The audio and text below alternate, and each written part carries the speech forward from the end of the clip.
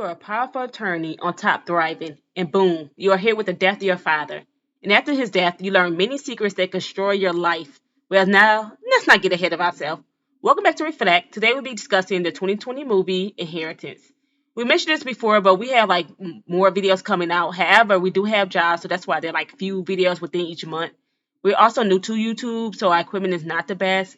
But continue to subscribe to the channel so we're able to improve on our videos. Watch other videos on our channel and continue listening. The movie starts off with this man running up the street. He looked distressed. His eyes are all red, and he seems as if he's going to pass out. He does not look good. Now we see at the same time when the scene switches to a young woman jogging. And then we back to the man that we seen before, and he rushed into his car. Then we back to the woman in the courtroom. And we learn her name is Lauren, working on some powerful case. When she leaves the courtroom, going to the hallway, we see a bunch of reporters asking her questions. One reporter asked her how she feels knowing her father is dead. Now, that reporter was so uncalled for because you could clearly see she had no idea. We saw the shock on her face, what's the reporter even talking about? We see the man. We go back to the man, and he panting and running from before that we seen before, and it was her dad. When he got in the car, he had crashed it and he died. At the funeral, we see that Lauren has a husband and daughter, one brother, and the brother's the actor that played on Gossip Girl, Nate. If any of you guys, any of you all remember, and he's like a politician, and her mother, who is a banker. At the ceremony, after the funeral, we see a few people telling Lauren how proud her father was of her, and she doesn't really believe it, considering the son is his favorite. It was confirmed when the will was read, and the son was left with 20 million, and then she was left with 1 million. I believe some favoritism, even though they both still have a lot of money. The brother offered to split the money with her, but she didn't care. I'm like, give me the 10 million, I'll take it. I'm like, this is crazy though. He had that much money.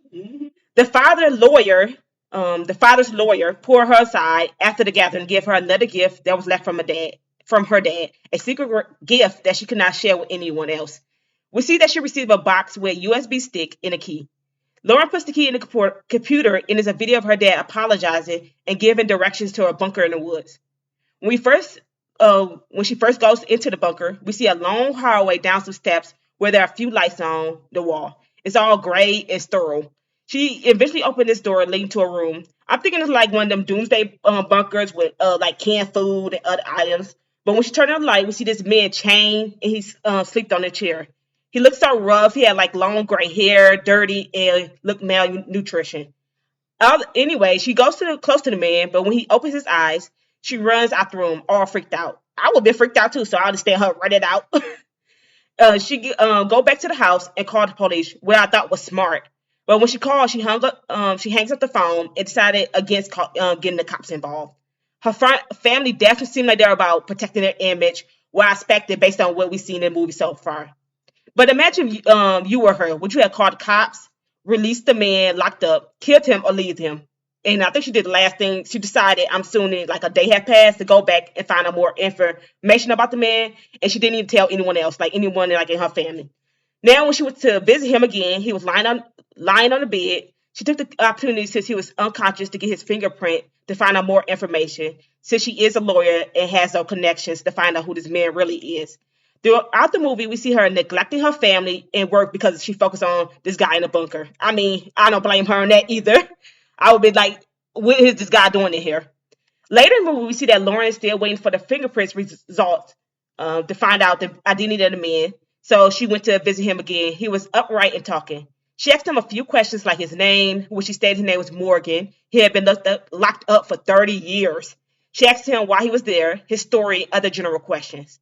He told her he would answer her question if she gave him a steak, potato, and key lime pie.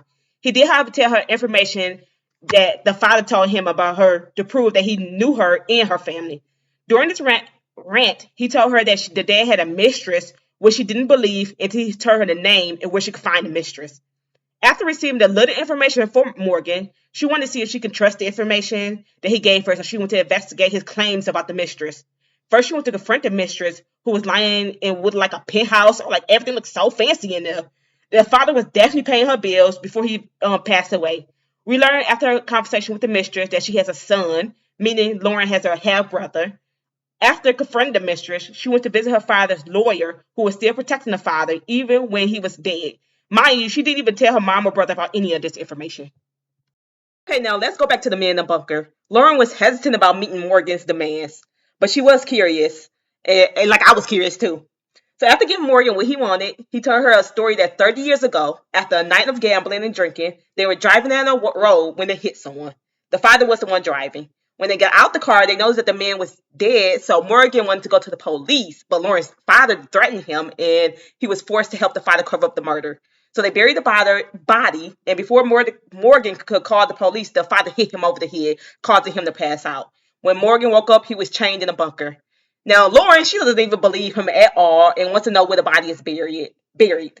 Um, and he said he doesn't even remember since it's been years. So, would you believe a random guy if he told you that your dad or parent killed someone years ago, especially if you were like Lauren, who didn't even have the best relationship with that person or that parent? I think I would 50% believe this person, especially if I wasn't close to the person before they died. However, after thinking about it, Morgan does take her to the woods. So that's just my little thoughts, but back to the story. So yeah, however, after thinking about it, Morgan does take her back to the woods, mainly since he wanted to leave the bunker. We do see her threaten him with a gun as he showed her the spot of the body. She had to dig and found the bones of the body, which proved that what he was saying was true. So I'm surprised he didn't even try to overpower her and try to escape because he definitely had the opportunity in the woods because she did get a phone call from her husband because she missed her daughter's recital, causing her to be distracted. But Morgan didn't even try to make a move on her. So as mentioned before, they do show throughout the movie her distancing herself and not paying attention to her family.